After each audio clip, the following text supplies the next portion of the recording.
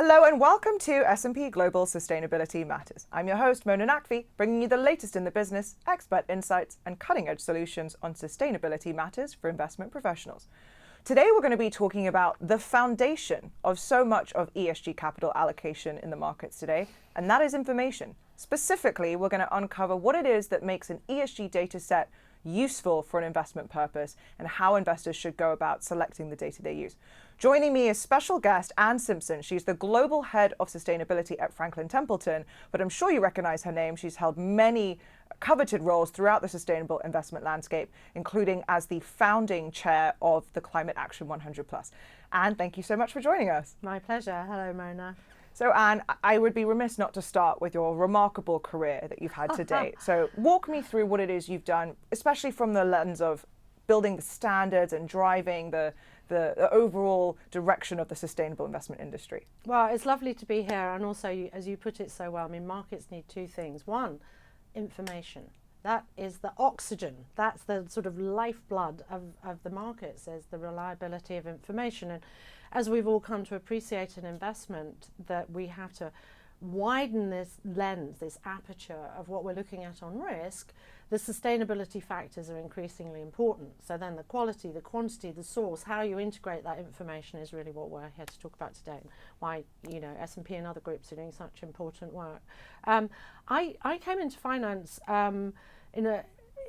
really out of an interest in sustainability, although it wasn't called that back in the day. I was one of the people who helped set up pensions and investment research consultants. It's still, you know, going strong in the UK.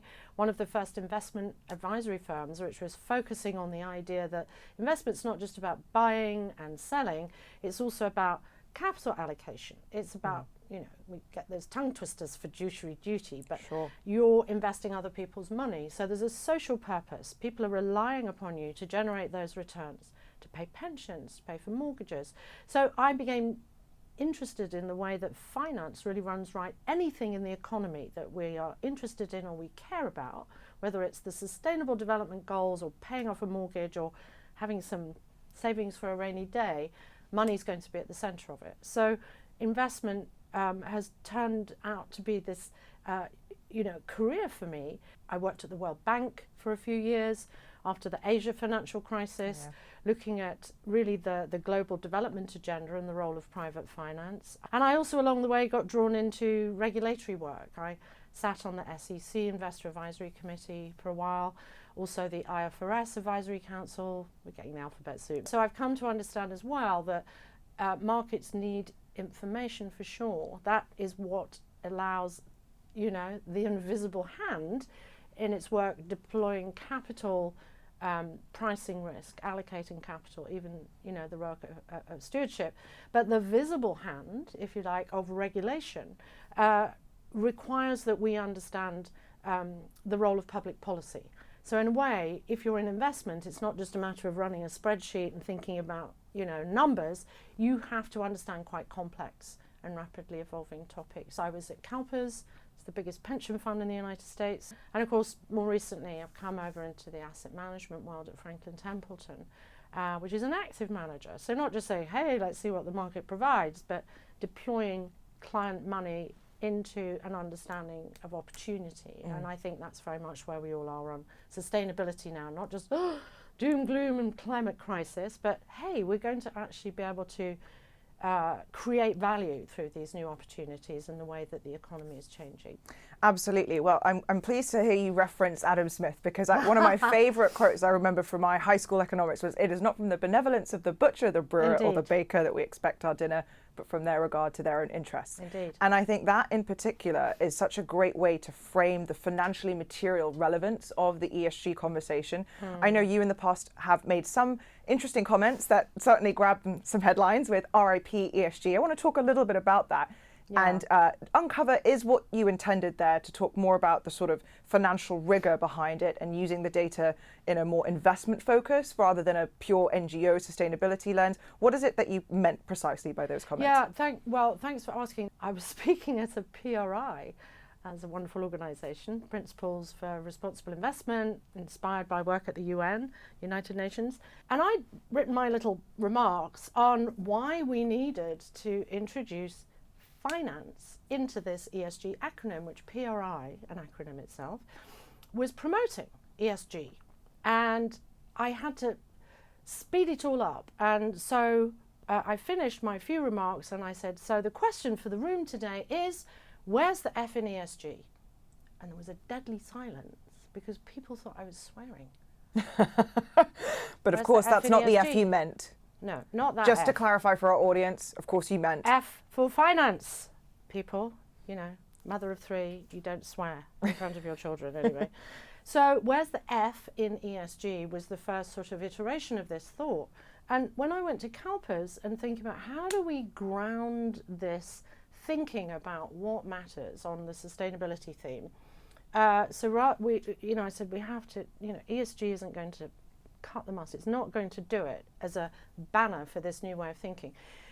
So what we did at CalPERS was really go back to the foundation of the economics behind this thinking. And we know financial capital, that's our day job as investors, that's what we need to deploy. But money does not make money. Well, okay, maybe you're an arbitrageur, you might be a casino, maybe it's a bit of a cryptocurrency play, but money on its own produces nothing. It's a store of value, it's not a creator of value. So there's finance. So we then have to say, hey, we're not going to create any value unless we accept and understand the role of people. Oh, the workforce, companies will say, our people are our greatest asset. That's human capital. You have to think about the people in the company, the supply line, the communities, the customers. We all know that, but we don't have a name for it, and we don't have it in our model with ESG. It sits in something called S, which stands for social. Well, everything ultimately is social, maybe apart from outer space, needs its own S. And then the next question is, well, what about issues like water risk? I mean, what about biodiversity? What about sourcing, rare earths that we need for the energy transition? Natural capital. And again, old-fashioned economists' way of thinking about this, we now have a 3-part model which says the repeatability of risk-adjusted returns, that's our job, taking client money, for pension funds, for paying mortgages or whatever else we're meant to be doing with their savings.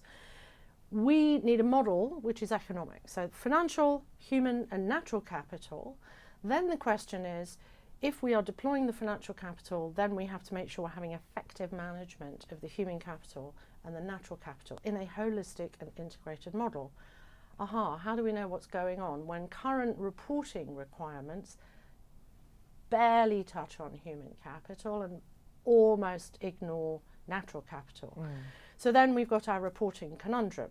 So if we say what markets require is information, we're then in the realm of improvisation, we're in the realm of voluntary reporting, and everyone is saying, oh my goodness.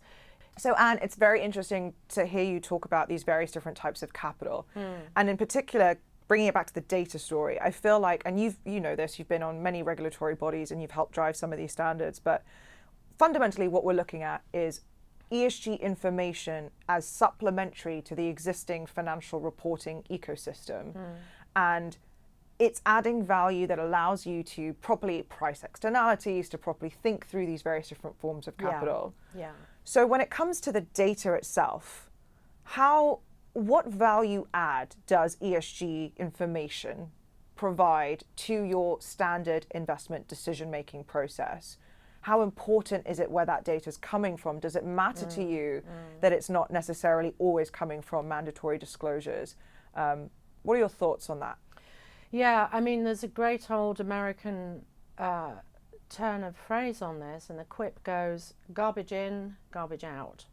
So if we actually look at the proliferation of reporting, I go back to good old IFRS back in the day, when a number of us on the advisory council saying, hey, you've got to get the full picture of the potential impacts on risk and return, otherwise the accounts are not delivering on their the requirement that they be true and fair. Think about those 2 words in relation to corporate reporting. It's like, oh my goodness. They're not the first that come to mind. It's demanding that this is true. Really? How do we know that? And is it fair? In other words, is it complete or is it misleading? You know, being economical with the truth is something we've all done to good effect, I'm sure. Even as school children, we learn about that, you know, not quite the dog ate my homework, but no, the check's in the post. I mean, we've got so many ways in daily life where we're not giving the complete picture, but that presents a real challenge to people in investment who have fiduciary duty. Now, that's great on the Scrabble board. I know it's a great word, fiduciary duty, but think about what it really means. It means you have to, one, be prudent. So if you're looking at company reports which are not complete because they've talked about particular risks that the company may be facing, it's hard to know how you can be prudent if you have incomplete information. Likewise, you have a duty of loyalty. You know, clients, beneficiaries, you take their savings, your loyalty is solely to them. So even if there may be some wish by the company to not report something, or perhaps there is some political view that something isn't relevant or uncomfortable, or as Al Gore would say, an inconvenience about the truth, your loyalty to your person for whom you're investing requires, it doesn't just like maybe, is that your loyalty is inviolable as part of your duty as a fiduciary. So you can only think about what is in their interest. So whatever noise there might be out there about what you report, what you don't report, it's actually, is it prudent and is it loyal? And then the third part of fiduciary duty is care. You have a duty of care. And it is a lack of care, at best, to say we're ignoring information, or we're not gathering information which is going to be relevant to risk or return over whatever time period you're thinking about. So when the IFRS, perhaps a little reluctantly at the time, took up the challenge, the first thing they did was a landscape report on what they then called wider reporting. Because the whole ESG, responsible investment, sustainability, corporate social responsibility, you know, what all these different ways of doing it. So they called it wider reporting. Their landscape report to the advisory council that I was sitting on at the time noted that there were more than 600 different mandatory and voluntary reporting regimes on one or more topics. It's a lot. Rather too many. So let 1,000 flowers bloom. That's one way of thinking about this. We have innovation, experimentation, piloting, but we're at the point now where, hang on a minute. You know, we know in every other rule of life, whether we're saying here's a gallon of milk, we still get into difficulties because a British gallon and an American gallon are not the same amount. I still haven't understood that. And I've been in the US for a decade. I know, me too. But think about this. Think what that means when you're refueling an aircraft, which is going from London. There are stories about near misses. Oh, I'm sure. Tons. Anyway, so we know in every walk of life that your inch and my millimetre at some point have got to be converted. Yeah. So the dream of a common language, as the poet would call for it, could not be more important in finance, because we're global investors and often we're dealing with global issues. You know, things like greenhouse gas emissions do not follow the borders of regulatory reporting, and they will have impact on global ecosystems, which are going to show up on a company's balance sheet. If you look at the balance sheet for the S&P 500, 30 or more years ago, 85% of that balance sheet would be real assets. Tangible assets. Sorry, not real assets. This is the Ocean Tomo study. This is my favourite study. I love when people bring this up. Please continue. So the thing is, you're looking at what US GAAP, generally accepted accounting principles, which every jurisdiction has, and in fair recognition, the US does not follow IFRS, although there's been a lot of harmonisation in recent years. You look at that and you'd say, okay, well, how do I value the S&P 500 as the main indicator of the US market, which is the biggest market in the world, so of some importance to all of us as investors? We're now in a situation where that is reversed. Intangible assets represent about 85% of the value of the S&P 500. And of course, these are notoriously difficult to measure. Well, there are no reporting standards. Precisely. So when we talk about the need for high quality data, that we want these data to be relevant, we want them to be timely, we want them to be integrated, we want them to be assured, aka audited, all that good stuff, to allow for not just the appraisal at the company level, but you want to track over time. You've got portfolio level risk to think about. You've got systemic risk to monitor if you're an investor of any size and scale that can't just hide from issues that might be difficult to deal with. In that setting, we've got to acknowledge that even for routine, when we think of routine financial reporting, has not been able to keep up with the secular changes in the economy. So this reflects the fact that the US economy is largely a knowledge economy. That involves people. Aha, do I hear the words? Human capital. And I was there meeting with him alongside Cambria Ratcliffe Allen, who is the co-chair of an initiative called the Human Capital Management Coalition. And we at CalPERS and others like CalSTRS, VIBA and other investors had petitioned the SEC to say, listen friends, if accounts need to be true and fair, at best these are incomplete when the vast bulk of the value is intangible, we've got no reporting. So Jay Clayton, to his credit, issued some guidance to companies saying, well, we want principles of course, COVID is coming along, pandemic is about to happen, and we've got no reporting framework for what the impact of this human capital horror story is doing to company balance sheets. So back to the academics, back to the evidence, we need to be disciplined, scholarly and thorough, and we can't just rush around asking for new information if we don't understand what we need, why we need it, and how we're going to use it.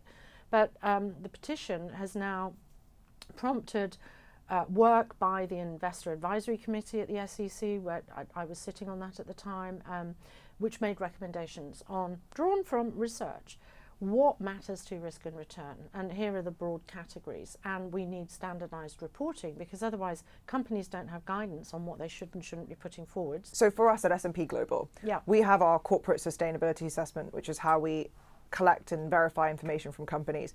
And the challenge that we find is that if you look at what companies are disclosing as is, for all the reasons you talked about, right? What is a ton for me is means another metric ton, imperial ton, I don't know. All these different, I still don't know the difference between Fahrenheit and Celsius, but anyway. One's bigger than the other. That's in America, as the point we were talking about this just the other day, when we talk about 1.5 degrees in America, it doesn't sound like very much.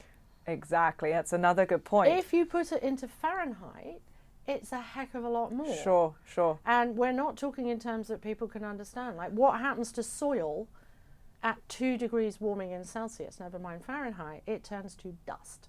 Well, this is the point. And if you can't grow the grass for the cows to eat, to we don't get our hamburgers. The American hamburger.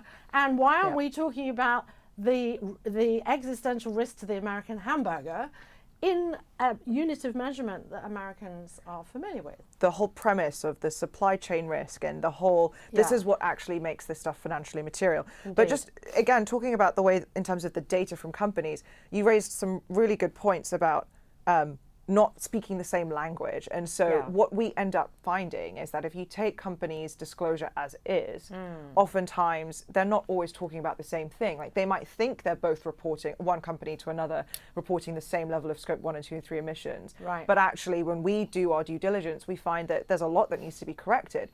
And so I'm curious, let's switch focus a little bit, talk about your day job at Franklin Templeton as an active manager. How do you go about using ESG data? How important is it to you that the data you're using is coming from a very reliable, trustworthy source? Because I know you engage a lot with companies directly. Do you, where does that balance lie for you between relying on third-party data sets that you can kind of trust and versus the engagement you have directly with companies yourself? The data that are available have been produced outside of a standardized and regulated framework. So, and we've already acknowledged, even for financial reporting, there's a catch-up job still to be done. In some areas, we do have standards that have been broadly recognized. Think about the Greenhouse Gas Protocol. Think about the Task Force on Climate-Related Financial Disclosure, the TCFD, which produced a nice framework, which is, now being copied. We've got some good work where the market has been able to build a consensus, but that's very different from saying, this is how you're going to report on issues like health and safety or employee engagement. incredibly important topics to corporate performance. And think about the relevance during the pandemic that brought to everyone's attention how important these issues are, and we don't have the standards and the definition. So I think what we've all been doing at the moment is clutching on to, you know, the rafts and support that we have from the third-party data providers. And we actually play a very big role in educating companies Indeed. on just that, because it's no wonder they find it difficult to know what is it that investors really care about, what is the precise methodological approach that they should be using, Absolutely. what are the metrics. And that's where I think having that engagement with companies, at least in the way that we do at S&P Global, can be very helpful, because it's Right. giving them a guidebook, Yeah. a blueprint for Yeah. what to disclose in a way that is decision useful for investors. Yeah, I mean, I think it's there's the variety of use cases for investors. Your size and your strategy have a big impact on what data you're able to garner yourself. So Franklin Templeton has obviously, you know, 1,000+ investment managers, investment professionals. Analysts may well have 10 years experience following a particular sector and know those companies incredibly well. So I think what I see in the Franklin Templeton example is active manager would typically have very large positions in companies. We therefore get to know the companies incredibly well and have tremendously good access. Now, when I was at CalPERS, it's an indexed strategy.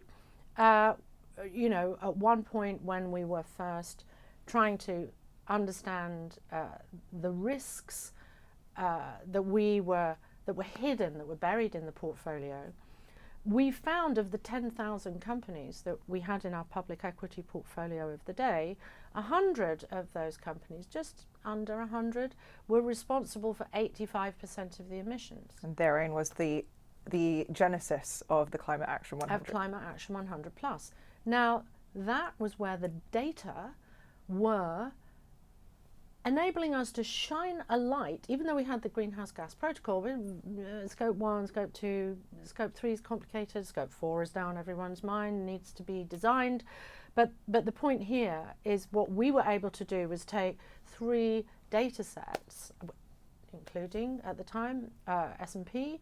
What we did was get 3 lines of sight into a question, and the answer was astounding. Like, we don't need to be looking at 10,000 companies and thinking about where should our attention be. It was actually 80 companies responsible for 85% of our total portfolio emissions. And as you rightly say, Mona, what that prompted was the idea, wow, if this is true for CalPERS, we're pretty ordinary, nothing special about the CalPERS portfolio. Looks pretty much like a lot of other investors' portfolios, global investors, long-term liabilities, which is buried in our portfolios. It's hidden because the data are not illuminating the risk. What this allowed us to do is say, well, if we focus on these 100 or so companies, we could actually make a serious dent on a systemic risk. I mean, now we have investors responsible for something close to $70 trillion globally who are signatories to this initiative. And from that cohort of companies, we now have commitments on net zero, which are equivalent to 25% of global greenhouse gas emissions. Think about that. That is so what astounding. we've done is, in about 3 to 4 years, be able to act as good fiduciaries, as stewards of our client and beneficiaries' capital, to address this systemic risk in a very practical way. Is equivalent to the emissions of China. Wow. So not possible without the data. If Nope. the data do not lead the way to show you where to look, and I would suggest, you know, we have now got a similar question in our own minds about human capital. Like, what is going on in that intangible 85% of the S&P 500 balance sheet? The data are going to show us what it is that matters. You know, you use all these different data sets. That seems to be a very common use case. I'm hearing from investors, they're commingling ESG data sets. And in some cases, they're creating their own derived data analytics. The thing is that they're looking at the information and the insights embedded within the data. I don't think they're necessarily thinking, oh, this data came from here, this data came from there. They're just looking for they're looking to find the patterns. I mean, do your analysts know where the data is even coming from? Yeah, so I mean, obviously, primary source of data, particularly as an active manager, and particularly as our fund managers are doing fundamental analysis, Sure. and will follow sectors and particular companies therein over years. So there's a very deep well of knowledge. The issue about the third-party data analytics, you know, my colleagues recognizing, well, the first thing we need to do is get get all these rivulets of information into what we call a data lake. And when I arrived, the data lake, hello, this glorious array of information that you can splash around in. And then the next question from our portfolio managers is, well, what do I do with that? You know, I can splash around in this lake of information, but we're still on the fundamental issues around what is investment grade information that is relevant, standardized, timely and assured. And everybody knows that the current state of the data provided around the sustainability themes, not regulated. And it's a bit like non-GAAP reporting in the US. You take everything with a big pinch of salt. Yep. However, what you are, as you rightly say, looking for is patterns. You're looking for triangulation. You're looking for lines of sight. But here's another interesting thing that we all note. An important paper, you know, Seraphim and friends at Harvard a couple of years ago showing about 90% of the sustainability reporting that companies spend time and effort producing is ignored by investors. Why? Because it is not of a quality and reliability that would impact their decisions on capital allocation or even on stewardship. But so this is not a question of the data being useful or not. It's actually a question of the data being robust enough. Correct. And so it's critical that companies educate themselves on what it is investors really want to be decision useful. Absolutely. And I think that is where, and forgive me for mentioning this, but you know, from the work that we do with companies, we're helping them get up to speed on all of these various different frameworks. And through our engagement with the companies directly, it's all about actually collectively raising the standard, raising the bar to make it useful. It's capacity building. Correct. And, you know, talk to anyone over 50 about how the internet works. I mean, we've got generational shifts in understanding on everything from, you know, technology to globalization to the very idea, heavens, of intangible. How can an asset be intangible? I mean, that is an oxymoron for a certain generation. So this idea of, I've said this more than once, that we have to hold two competing states of mind in some balance. One being ambition. We have to have the ambition to approach the true and fair requirement in corporate reporting. For it to be true, that's the quality of the data, and fair means it is complete in terms of what's relevant and decision useful, as you rightly say. But we have to also have humility, which is acknowledging we spent 150 years working out what financial accounting might look like, and it's still in need of improvement and upgrades and all that good stuff. We have had about 20 years of the International Accounting Standards Board, which says, hey, the Tower of Babel of corporate reporting, let's bring it all under, you know, the great Sir David Tweedy and all that. We are still quite new at the idea of having abandoning passport control. I mean, having the idea that information needs to cross borders in the way that money crosses borders. We got to financial liberalisation and the idea of a global economy before we got to the idea of, oh, what might that mean for information? What might that mean for banking regulation, for safety and soundness? You know, go back to my time at the World Bank after the Asia crisis, realised, well, sort of, you know, let the forces of the market free, Adam Smith, without thinking, oh my goodness, what then do we do? The invisible hand needs a visible hand. We need that partnership of the policy to make sure we're getting the information that we need. Well, I absolutely just love that metaphor. And you know what? You bring all of this together for me. I could honestly talk to you for hours about this stuff. But what I will say, Anne, is that I think throughout your comments, what's clear to me is that we are talking about an efficient markets hypothesis. Indeed. And we're talking about creating more transparency and integrity in the information that investors are able to use. There's a huge amount of voluntary and mandatory work underway, but any efforts to collectively standardize and bring us all talking to speak a common language, as Indeed. you eloquently put it, is what will really be needed to move the needle in a way that helps to reorient capital flows to the more resilient and efficient places in the real economy to protect the fiduciary obligations of investors and beneficiaries in a way that is genuinely reflective of the market today, where the risks really are. Because at the end of the day, the global economy has evolved significantly, and we need to modernize our tools and data to keep pace.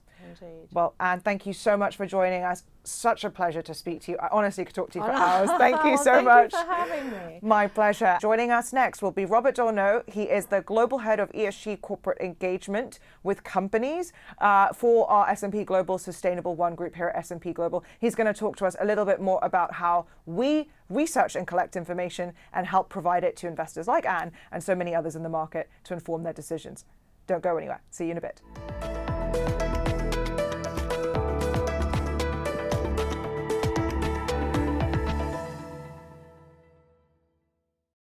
Welcome back, folks, to S&P Global Sustainability Matters. Thanks for sticking around. Joining me next is Robert Dorneau. He is our Head of Corporate Engagement for S&P Global Sustainable One, here to talk about our approach to collecting ESG data with the S&P Global Corporate Sustainability Assessment. Robert, thanks so much for joining us. Thank you, Mona. So we've just heard about how investors are using this information, but I'd love to learn a little bit more about the approach we take at S&P Global. Can you tell us what the CSA is and what makes it different from other ESG data sets in the market? Sure. The CSA has been around for over 23 years. It was established by a boutique asset manager in Zurich, and this is the history that we have. We ask questions from an investor perspective, not from an environmental NGO perspective. We do this through 62 industry-specific questionnaires that focus on issues that are material for specific industries. And we focus not just on disclosure, but also on performance on these topics. And one very important element is that we go beyond, or we allow companies to go beyond what they have in their public reporting. The CSA has a track record of focusing on emerging underreported trends early, and when we introduce those, companies are not yet ready to talk about this in the public domain, maybe because it can be misinterpreted, but they're doing work on this already internally. And the CSA allows them to really provide the full picture of their sustainability efforts and have this full picture turned into a score or made available as data points to the investment community. So if you're an investor looking to get access to this information, you're not just getting what is publicly disclosed. You're actually getting access to additional substantiated disclosures, of course, through our very rigorous verification process. But you're getting a lot more than you might otherwise. So that's really good to know. And the industry-specific piece, talk to me a little bit about how you make the data comparable from an investor lens, because I know comparability is really important when you're constructing a portfolio. Yes, there are areas that we ask in each and every industry. This is, of course, corporate governance-related questions. Climate strategy is now in every industry. Human rights, human capital development. So if you have a specific focus on these general areas, this is something where you have comparable scores and comparable data also in the underlying questions across industries. But then in order to give you the full picture of a company in the mining industry, we have to ask mining specific questions. We have to ask something like asset closure management, maybe a stronger focus on biodiversity, stakeholder management. If we look at a pharmaceutical company, we look at access to drugs, addressing the cost burden. These are questions really specific to one industry. So you need both angles. You need to have inter-industry comparison, and at the total score level, really, that is where the comparison stops. You cannot really say a mining company that scores 60 is different from a pharma company that scores 60 out of 100 in terms of overall sustainability, because of these really different areas that are covered. But at the sub-level, we have that comparison. So there is this kind of core set of metrics that folks can use if they want to.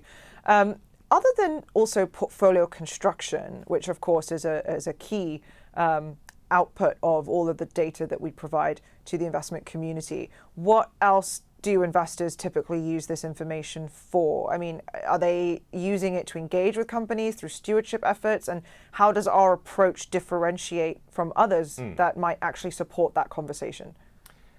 Well, for the first 20 years, the CSA was owned by one asset manager and the scores were proprietary. With the acquisition by S&P Global, there's now a big move to remove the black box, to make the data available to capital markets. And this is something that companies value a lot, and also the market values, as we see with the increase in clients of that module on CapIQ Pro.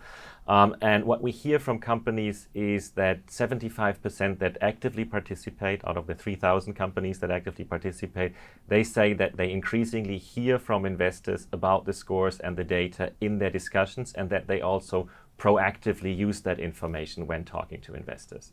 So as an IR manager, I will of course focus on the areas where I'm already outperforming my industry. I get that feedback from the CSA where I'm top of the league. And for an investor, it's maybe an opportunity in those discussions to drill down in the topics where there is not yet that strong performance and find out more using the CSA as a start of the discussion.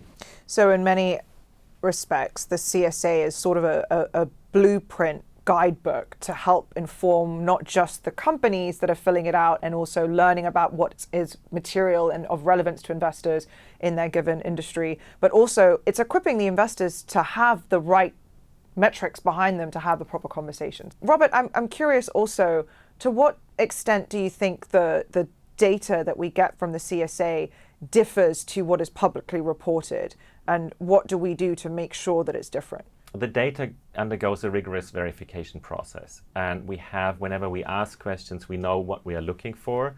That is made transparent to companies already in the questionnaire process as such. So in a human rights commitment, we ask to have a strong commitment to an international standard, not just to a local substandard. We ask for all the different aspects of human rights, child labor, forced labor, etc., to be covered with separate tick boxes. We ask for the commitment to cover not just the company's own operations, but also their business partners, their joint ventures. And sometimes companies tick all the boxes because they do mention business partners somewhere in their commitment, but our methodology requires that this is a strong requirement on business partners. So something like saying our business partners need to be aware of human rights is not enough. Then we would untick that box in the assessment process. And what we want to see, for example, is a statement like there is a precondition to do business with our company to respect human rights on business partners. And this makes this data and information comparable for the investment community, but also for the company itself. So they get the feedback where they can improve the language, because maybe what they meant is that strong commitment, they just didn't articulate it the right way. I see. Well, that's really important then. You're getting that additional layer of verification, but also rigor in terms of the nuances of what exactly is being said. So I think that's important. Last question for you, Robert. Why would a company want to participate in the corporate sustainability assessment? Because it sounds like a lot of work. It is a lot of work, and that's the feedback we get from companies. But what we also get as feedback, that is a tremendous learning opportunity. And through this process, they engage the wider company. They really understand through the questions that we ask how to identify and articulate the link between sustainability and business strategy. And that helps investors using the data to understand that link and to really have performance measures that show the track record of being able to make that link and performing towards targets that the company is setting for themselves. And it's also really helping companies in the process of completing the CSA to understand that link throughout the company, because the CSA cannot be completed by an ESG manager sitting in his office just moving data from left to right. It really needs a discussion between the human resources department, between legal, between compliance, and the subject matter owners, the head of procurement, etc., that need to be able to bring a consistent story together. So a wonderful collective tool for collaboration internally, but also learning to actually navigate the various different sustainability challenges a company might face. Well, Robert, thank you so much for joining us. That was very interesting. And to all of you at home, thank you again for sticking around for this episode of S&P Global Sustainability Matters. To learn more about our ESG solutions at S&P, be sure to check out www.spglobal.com/ESG. See you next time.